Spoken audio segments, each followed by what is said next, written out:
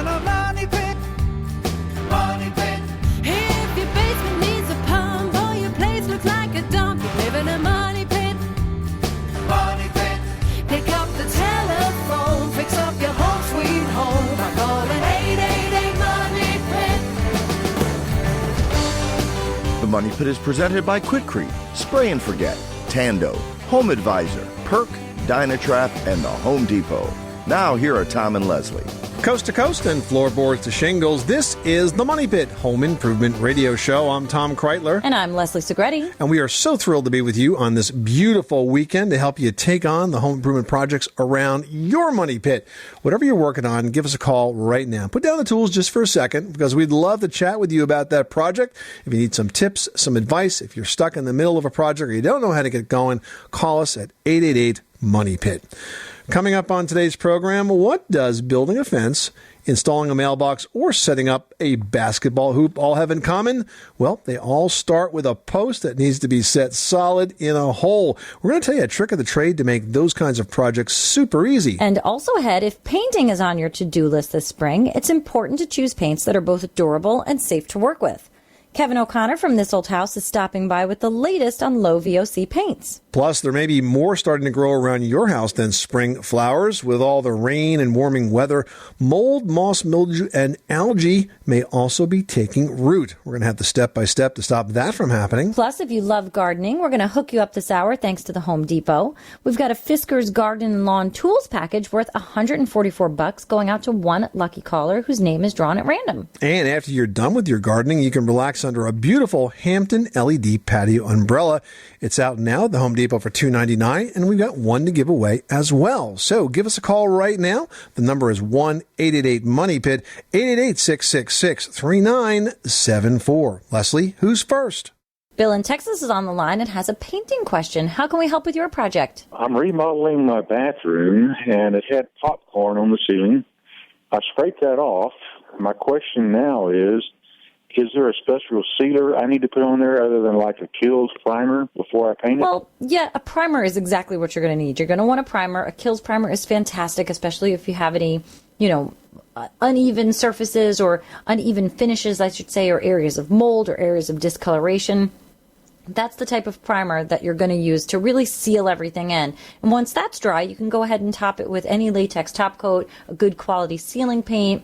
Some people go with white. Some people will tint a ceiling paint slightly just to give a softer space. Totally up to you.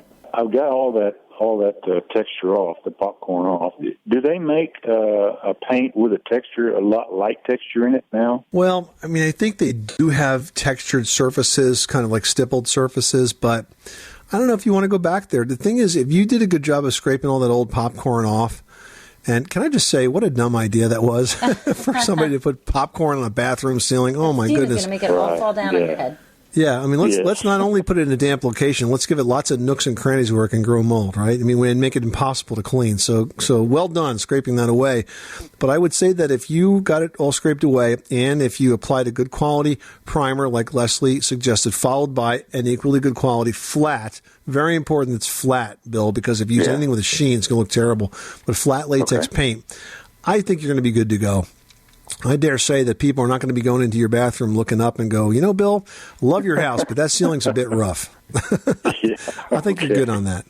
All right. Very good. Thank you. Good luck. Appreciate it. All right, Bill, take care. Thanks so much for calling us at 888-MONEY-PIT. Man, popcorn on a bathroom ceiling. What a bad idea that was. Robin in Wisconsin has a question about flooring. How can we help you? Hi. We're refinishing our finished basement.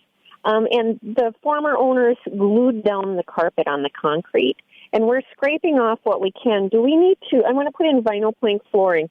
Do we need to sand that down, or should we put a leveler, or is there an underlayment that we can put under, or is it going to matter if there's some glue on there? How much glue are we talking about? Are we talking about like inches of it, or just some areas of slight unevenness? Just little areas of unevenness, and we've been sanding it, but that's quite a procedure. Oh my goodness. And sanding it is only going to find, like, gunk up all your sandpaper and gunk up your hand sanders. I mean, it only sort of reactivates the glue. It's kind of strange. Okay. So generally with a vinyl plank flooring, certain manufacturers might have an underlayment on the backside. Some might recommend something. Most of the times I'd say just follow the manufacturer's recommendations because they know what's best for their product. But for the most part with the vinyl plank, you're not going to need any sort of underlayment. Those will either usually overlap and adhere to one another with a double-sided tape, or they'll click and lock. It really depends on which product you're working with. But I would say if it's a thinner vinyl plank and you get a lot of flex to it, you might see areas of more thickness of the adhesive. But if it's a bit more rigid vinyl plank, I think you're going to be able to go right over that and not worry about it. Oh, perfect. Great. Thank you for your help. All right, good luck with that project. Thanks so much for calling us at 888 Money Pit. Now we've got Doug in Virginia on the line with a siding question. How can we help you? Yes, I got my son's house has some vinyl siding on it, and the folks that owned it before he did were patching something with some of the spray foam insulation, the crack filler stuff, and it oozed out all over the siding. So I know I can go back and cut it loose, cut what's extra stuff, but when I get down close to the vinyl, what can I clean the residue off with to make it clean without damaging the vinyl? It's very difficult because you get those foams are usually polyurethane and they have real adhesive qualities to it, real adhesive. So what you can do is try to gently scrape it off with a putty knife, but make sure you use an older one is better because it won't be quite so sharp. And very carefully do that. And then I've stripped off some foam, errant foam, with WD-40 as the solvent. So you might want to try that with a Scotch pad because Scotch pad is not abrasive. But you could spray the siding with the WD-40 and then work the Scotch pad back and forth. You may find that you pull off some of that residue. It really depends on what kind of foam it is. But you're right. Once it's dry, to cut as much of it off and then try to abrade the rest of it off, but do so with a mind not to damage the siding. Okay. Well, I'll give it a try. WD-40. Yep, try it. It's one of the 1,000 uses for that stuff. They say you only need two things in your toolkit: WD-40 and duct tape. They're pretty close. Then I can go over the whole back of the house with WD-40 to revitalize. Well, I wouldn't. If it's the whole back of the house, I mean, you're talking about spot cleaning, okay? But if it's the whole back of the house, then I think you got a bigger problem. I think you're looking at new siding. But would I get an oily spot when I use the WD-40 that would look different than the rest of it? You will, but soap and water will take it away.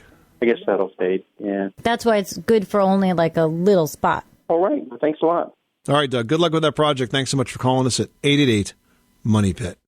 You are tuned to the Money Pit Home Improvement Radio Show on air and online at moneypit.com. Well, we are a few short weeks away from the kickoff to summer, Memorial Day weekend. So let us know what you are working on. We'd love to lend a hand.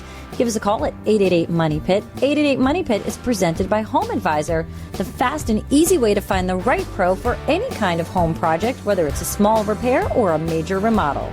And you especially want to call us if you love gardening because we're giving away a Fisker's Garden and Lawn Tools package worth $144. It's going to go out to one lucky caller drawn at random, courtesy of the Home Depot. We'll be back with your calls and more after this.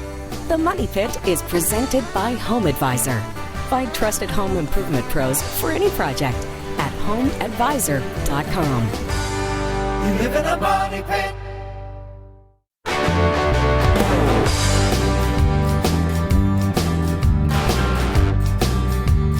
Money pit. The Money Pit is presented by Quikrete. Quikrete fast-setting concrete sets posts without mixing. Now available for a limited time in a bonus bag with 20% more. Look for it in the red bag. Making good homes better. This is the Money Pit Home Improvement Radio Show. I'm Tom Kreitler. And I'm Leslie Segretti. Give us a call right now at 888-MONEY-PIT, presented by Home Advisor. If you're ready to get that deck you've always been dreaming of, Home Advisor will instantly match you with the right pro for the job for free. That's right. Give us a call. We're going to help you out with whatever it is you are working on right here at the Money Pit. But we're also giving away a very perfect prize for the spring season. We've got up for grabs the Fisker's Garden and Lawn Tools package. Now, that includes a Fisker's 16-foot tree pruner, a Fisker's Hori Hori knife, and that is the actual name of this, right, Tom? It is the actual name. It's called Hori Hori, Hori, Hori knife. Now, you've seen this before, Leslie, but you may not recognize it in the name. This is the tool that looks like a very narrow shovel, right? Like a spade shovel, like a hand shovel that you would use for like potting your plants. Right. But it's got a serrated blade like on one side of it so that you can rip open like the packages that you're working with, whether it's mulch. Or cut through a root. Exactly. And it also has measuring tape, so to speak, kind of ground into it or engraved into the face of the shovel. Right. So you can figure out what your root depth might be for a plant that you're transferring. So, yeah, it's a very essential tool, but it's got kind of a cool name, the Hori knife. I had no idea that that's what it was called. They're also throwing in a 24-inch clearing machete. So if you've got a lot of weeds to get through, that will come in super handy. The Fiskars products are available at the Home Depot. The value of this prize package is $144. Now, if you'd like to win it, you got to pick up the phone right now and call us at 888-MONEY-PIT, 888-666-3974. You got to have a home improvement question. And hey, if you love gardening, it doesn't hurt. 888-MONEY-PIT. Mary in Florida is looking to make her kitchen bigger by taking away from her deck. Tell us what's going on at your money pit. I have a fairly small kitchen dining room area, and I was wanting to expand it. We have a patio deck. The deck's probably about 30 by 10 feet. That's directly attached to it. There's glass sliding doors that's attached to it. We was wanting to find some way that we could enclose that and make that more of a all-season type area as opposed to a couple weeks out of the year. I didn't know if you had any suggestions, ideas. All right. Well, first of all, Mary, you can't take your deck and then sort of put four walls on it and a roof and call it an addition, because decks are not designed for that. They're not really part of the foundation of the home. And I've seen a lot of folks do exactly that. And ultimately, it catches up with you. Usually, if you try to sell the house or something of that nature, it doesn't meet the code requirements. It's just generally a bad idea. What you could do for that space to make it more of a year-round use might be to consider adding some heating or something of that nature, but it's always going to be an outdoor space. You can't take an outdoor deck and turn it into an indoor space. I mean, that's an addition. And you can't just put a door and some walls and a roof and some screening or whatever you're planning and call that now like an extension of your kitchen, because it just doesn't count. Okay? Good luck with that project. Thanks so much for calling us at 888-MONEY-PIT. Doug in Rhode Island is on the line with a question about a plumbing product called the Shark Bite. Tell us what you're working on, Doug. Yeah, I'm in the process where I'm planning to change my two outside faucets to the type that where the actual shut-off is like a foot within the house, inside the house, to avoid having to shut down everything in the winter because it'll drain from a foot inside the house. I'm not sure what they call that mechanism. But I'm thinking, rather than have to deal with soldering any pipes in tight quarters, I'm thinking of using the Shark Bite product that eliminates any soldering. And so I basically want your opinion on that. Yeah, that's a push-to-connect fastener, and basically you press it onto one end of the pipe and you press the pipe into the other end, and it makes a permanent watertight seal. You know, it's a very popular product for that reason, because you don't have to solder. And if you think about it, a lot of times when you do install hose bib valves, that's basically what you're talking about here. You want a hose disconnect inside, say, the floor structure of your basement, for example, or crawl space. That's a tough spot to have to crawl into or reach up into and solder. You're right near the wood floor joist. It's potentially unsafe. So I think the Shark Bite is a perfect tool for that, or perfect product for that. And by the way, if you mess up, you can take them apart. There's a special tool that you need. It's called a tong, and it's shaped so that it slips into the Shark Bite connection and releases the mechanism that holds the pipe, and then you can take it apart. And it's only a few dollars, and I'm sure that if you did enough of this, you'd want to pick one up because nobody's perfect every day. Does it just work forever, or does it wear out somehow? Not that I've heard of. I mean, it's kind of like the Chinese finger puzzle, but stronger. Yeah. You know, once you press the pipes together, you can't really get them apart. Yeah. I just think I know they were, maybe a little more pricey than using solder and fittings, but it seems like a more practical application, and as you mentioned, being in a tight spot. Yeah, and a lot less expensive than a house fire. Yeah, right. Okay, I appreciate your time. All right, good luck with that project. Thanks so much for calling us at 888-MONEY-PIT.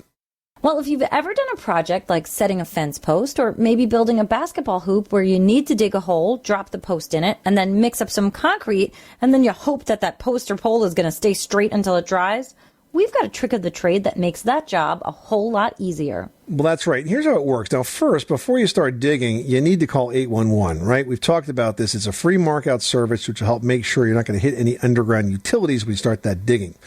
Next, after you dig the hole and drop the post inside, the trick is that you want to add a bag or two of Quikrete fast-setting concrete. And that's the one in the red bag. Now, at this point, you don't even have to mix it first. Just fill the area around the post with the dry Quikrete post and level it as you go. Now, once it's installed and level, then you can add a bucket or two of water around it.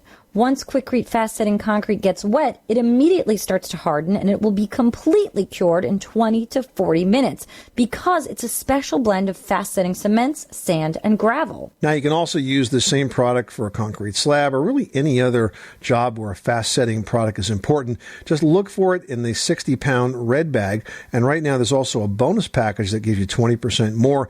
You can learn more and get the step-by-step project tips for this type of project and many more at Quikrete.com.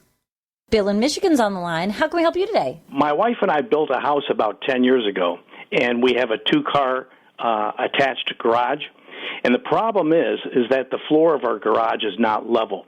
And so when water drops off the car from rain or more particularly ice and snow, it drops off onto the garage floor and starts to go in different low spots on the floor. And a lot of it goes directly towards the wall of our house.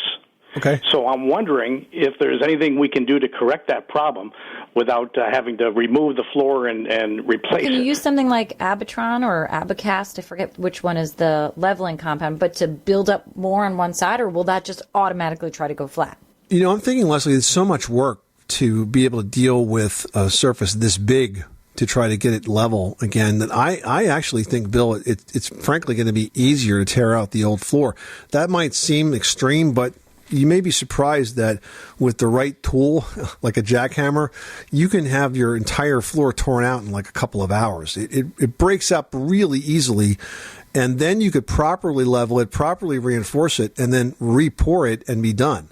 I was afraid you were going to suggest that because the problem is the floor is sitting on precast concrete beams because we have a spare storage space underneath the garage. And so the water drips down there. So I could do that, I guess, but I don't know the likelihood of being able to take concrete off of those precast. Yeah, that does, no, that dramatically. I was thinking it'd be over filter like every other one, but no, that does make it a lot harder. So I guess you are going to have to look into a floor leveling compound for this, and there's a variety of products out there that this can work with.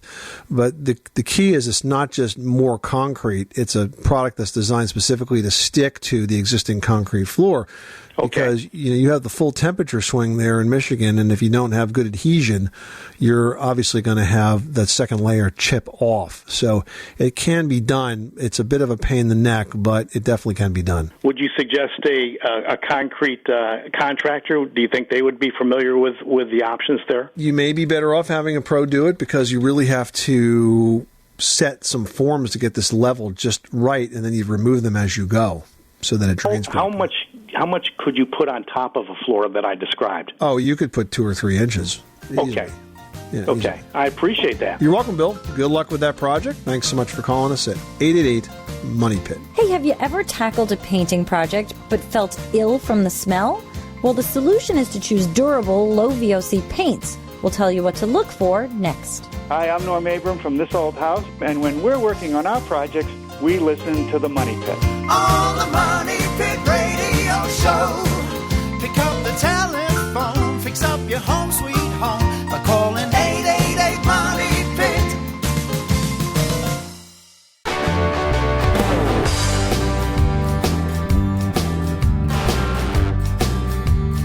Money Pit.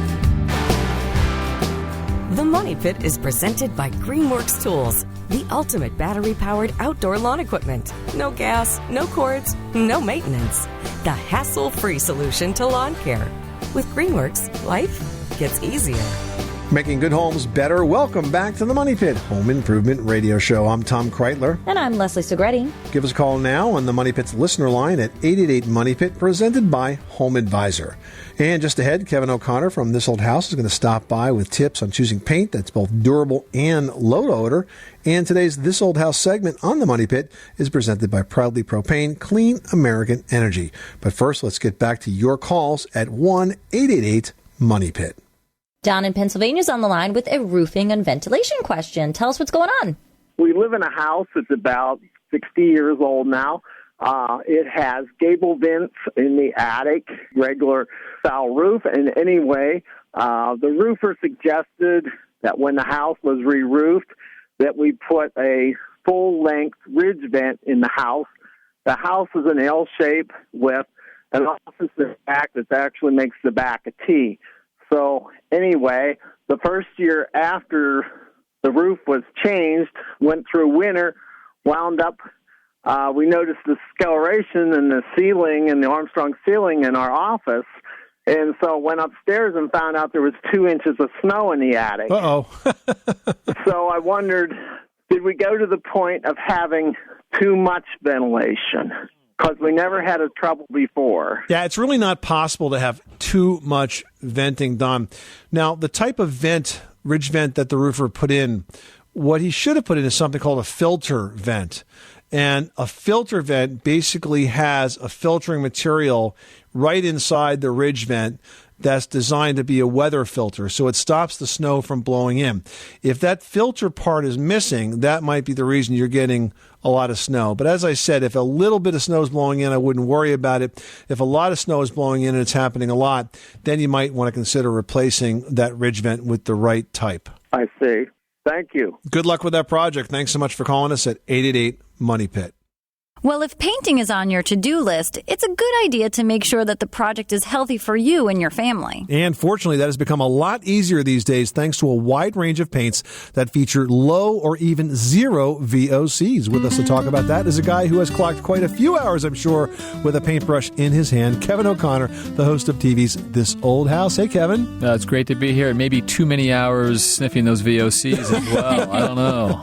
Well, let's start with the basics for those that are not familiar. What is a VOC?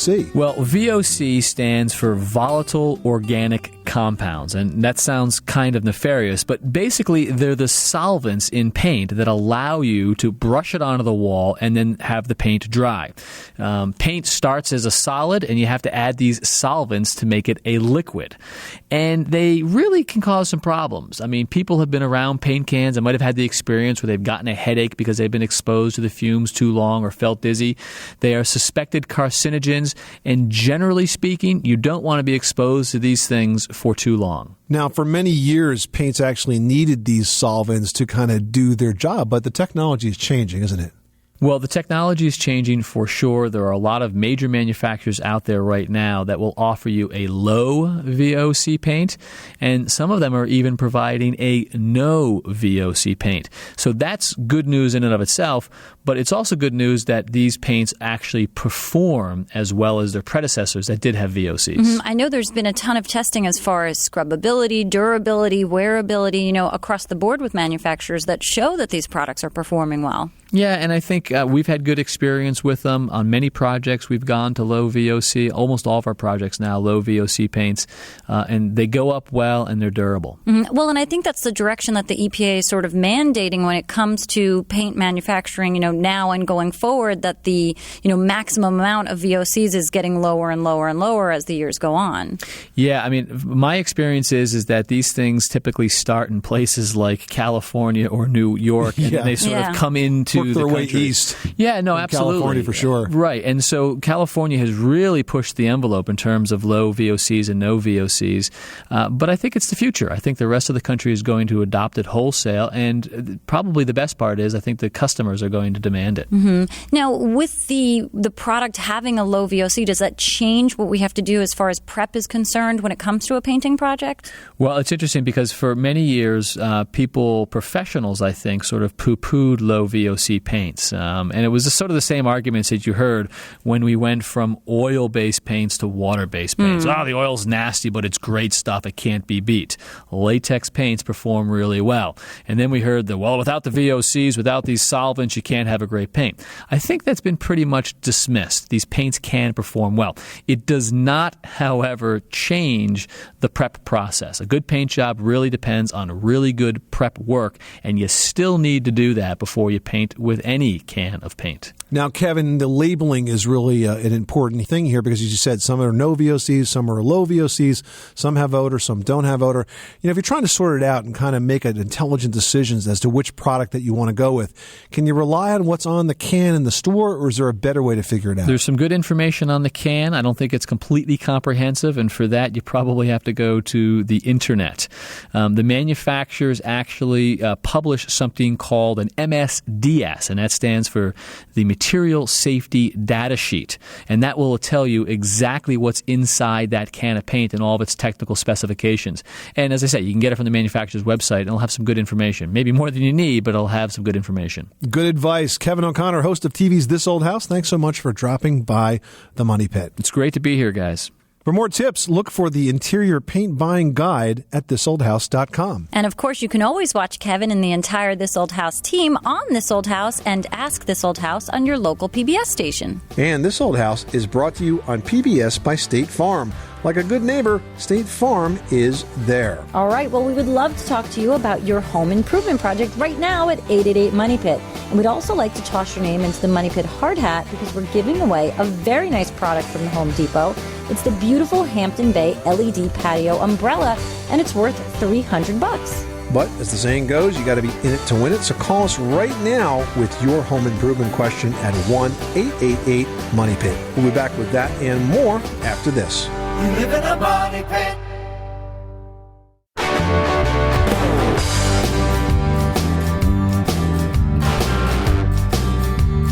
Money pit. The Money Pit is presented by Pavestone. Building a fire pit, patio, planter, walkway, or even a grill surround is quick and easy with Rumblestone from Pavestone. Look for Rumblestone at the Home Depot and visit pavestone.com for project ideas and how-to instructions. Making good homes better. This is the Money Pit Home Improvement Radio Show. I'm Tom Kreitler. And I'm Leslie Segretti. Give us a call at 888-MONEY-PIT. You're going to get the answer to your home improvement question. Plus, this hour, we're giving away the Hampton Bay LED patio umbrella. It's an 11-foot solar offset umbrella, and it features a solar cell that charges throughout the day and then powers 40 solar-powered lights at night. It's a really gorgeous umbrella, and it adds like a really soft, romantic glow to your patio or porch without any of those messy cords, which really can get tricky. And I love the fact that there's no umbrella pole in the middle, because invariably it's like between you and the person you're talking to, and you kind of have to look around it. Right, and you're like looking around the pole. Yeah, it's really nice. It's generously sized. It's very, very large. It's going to give you protection from the sun and the weather, and you'll find it at the Home Depot and HomeDepot.com. You can check it out online at HomeDepot.com. I mean, this product, I was checking it out. It's got over 300 reviews and it's scoring a solid 4+ out of 5. So people really love it. It's worth $2.99. It's going out to one caller drawn at random. Wouldn't you love to win that? Well, you got to work. Pick up the phone and call us at 888-MONEY-PIT, and we want to hear your home improvement question. And in North Dakota, you're on the Money Pit. How can we help you? I am living in a house that is over 100 years old, and it has an open staircase. The problem is that there is a bedroom that is above the staircase and adjoins it at the top, and part of that bedroom is cantilevered partially and then totally over the open staircase, and I have a big crack that's developing on an open area, and that area is cantilevered out about 6 feet from a load-supporting wall. And I don't know if I can just patch it or if I need to put a support beam or jack or something underneath it, because this area is getting pretty worrisome. I've got 2 cracks that are about 3/8 of an inch and pretty long. So, Ann, are these new cracks, or has it always been cracked? It's always been cracked, but it's been a hairline for many years. Oh, boy. And then we had a massive flood. How long ago was the flood? That was in 97. And then the ground has been shifting ever since. Since that flood, the cracks have gotten bigger. When we have cracks That was in in walls 97. and foundations and things like that, we always like to determine if they're active or inactive because, frankly, all homes have cracks. If you tell me that over the last 20 or so years that this crack has opened from a hairline to 3/8 of an inch, it might be active. I'm not actually convinced of that yet, but I am concerned enough to tell you that you probably should have it looked at by an expert. What I'd like you to do is go to the website for the American Society of Home Inspectors. That's ASHI, ASHI.com. And find a home inspector in your area. There's a zip code sorting tool there that's a member of ASHI. And talk to 2 or 3 of them and find one that specializes in structural issues like this and have them look at it and see if we can determine, based on that inspection, whether or not this is an active, ongoing situation or just a crack in an old plaster wall that needs to be fixed. It's not unusual for old homes to have lots of cracks in them, and especially around a staircase, because just the way homes were framed back then is different than they would be today. And so that's not an uncommon area for cracks to develop. But I think we need to determine for your own sort of sanity, if nothing else, whether or not this is active and ongoing or something that's really just historical. Does that make sense? It sure does. Hope that helps you out. Thanks so much for calling us at 888 Money Pit. 888 Money Pit is presented by Home Advisor. Ready to get that deck you've been dreaming of? Home Advisor will instantly match you with the right pro for the job for free. Kevin in Maryland, you've got the Money Pit. How can we help you today? Hi, I've got a washer and a dryer on the second floor of my house, and it seems in the last year I'm getting a lot more vibration and a lot more sound out of those units, and I can feel it a lot more in the second floor. So I'm wondering if there's anything I can do to kind of reinforce something in order to limit that vibration, because I've got 2 small children now, and my amount of washing and drying is not going to go down at all. Well, 2 things. First of all, you want to double check that the appliance is absolutely level, because if it's slightly out of level, you'll get more vibration. Then the second thing that you could do is pick up some anti-vibration pads for the feet of the washing machine. These are like rubber blocks that are indented where the washing machine legs sort of sit inside of it. Then they sit on the floor and they help absorb some of the vibration. I have the washer and the dryer actually stacked, full-size units stacked on the second floor of my house. And I put the anti-vibration pads in it, and whenever the machine is spinning, I can literally look at those pads and see them working, because the vibration is really being absorbed by them. And in fact, I also have the washer sitting inside of an overflow pan that's made out of fiberglass. So to get that to work, I had to sort of carve the bottom of the vibration pads to fit sort of the angle of the pan that they're sitting in. So even with that modification, they work, and they work well. So I would pick up the anti-vibration pads. They're about $25 for a set of 4, and you could find those online, or I think I found mine at Home Depot. All right. Thank you very much. All right, Kevin. Good luck with that project. Thanks so much for calling us at 888 Money Pit. Give us a call right now with your home improvement question to 888 Money Pit, and that line is presented by Home Advisor. Hey, if you're ready to get that deck you've been dreaming of, Home Advisor will instantly match you with the right pro for the job for free. And just ahead, there may be more starting to grow around your house than spring flowers in this beautiful weather. Mold, moss, mildew, and algae may also be taking root. We're going to have the step-by-step to stop that from happening next. 888 Money Pit.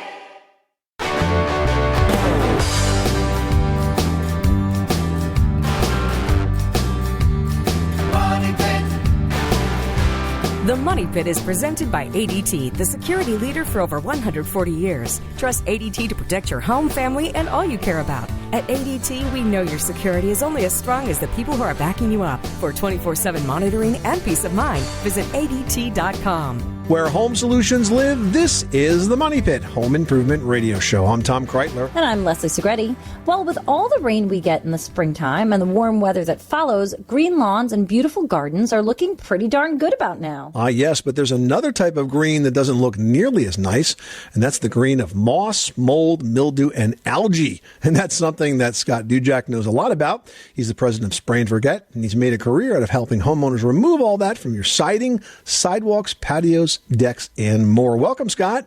Yeah, hi, Tom and Leslie. Thanks for having me. Hey, so my first question is that Consumers tend to call anything that grows mold, but truthfully, there really are 4 types of growths that are common to the exterior, and those include mold, but also mildew, algae, and moss. What are the differences between that type of growth, and are some more difficult to clean than others? There's probably thousands of different types of mold, mildew, algae, lichen, moss, and we kind of throw them all into a category of what we call biological stains.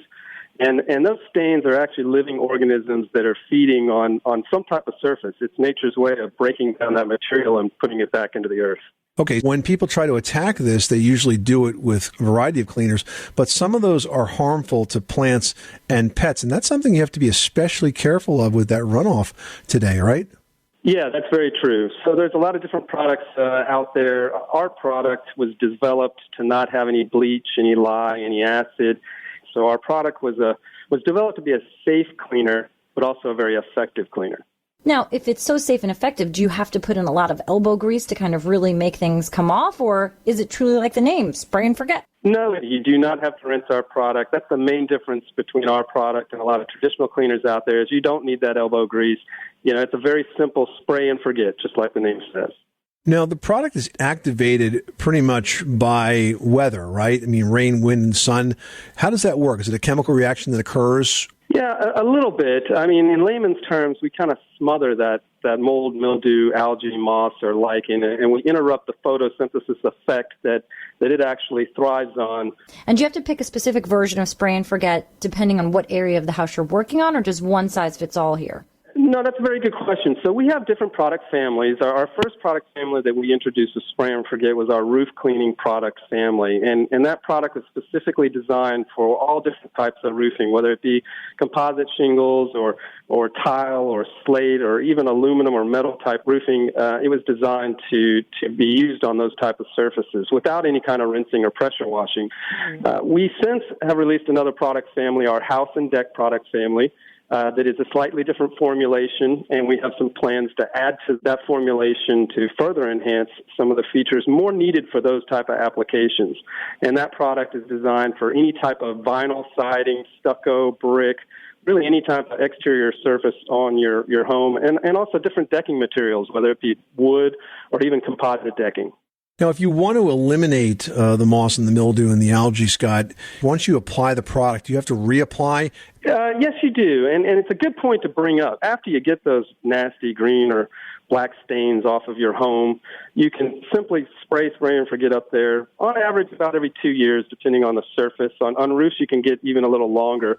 And it's going to keep those stains from returning. So basically, we'll permanently be able to keep those stains off as long as you reapply every 2 to 4 years. Good advice. Scott Dujak from Spray and Forget. Thank you so much for stopping by the Money Pit. I know that this is the time of year where I'm really going to start to see that mold and moss and mildew and algae start to really take root on all those exterior surfaces on our house. And it's nice to know that we have a product that we can simply apply and just kind of go on with our day, and that Mother Nature will do the rest.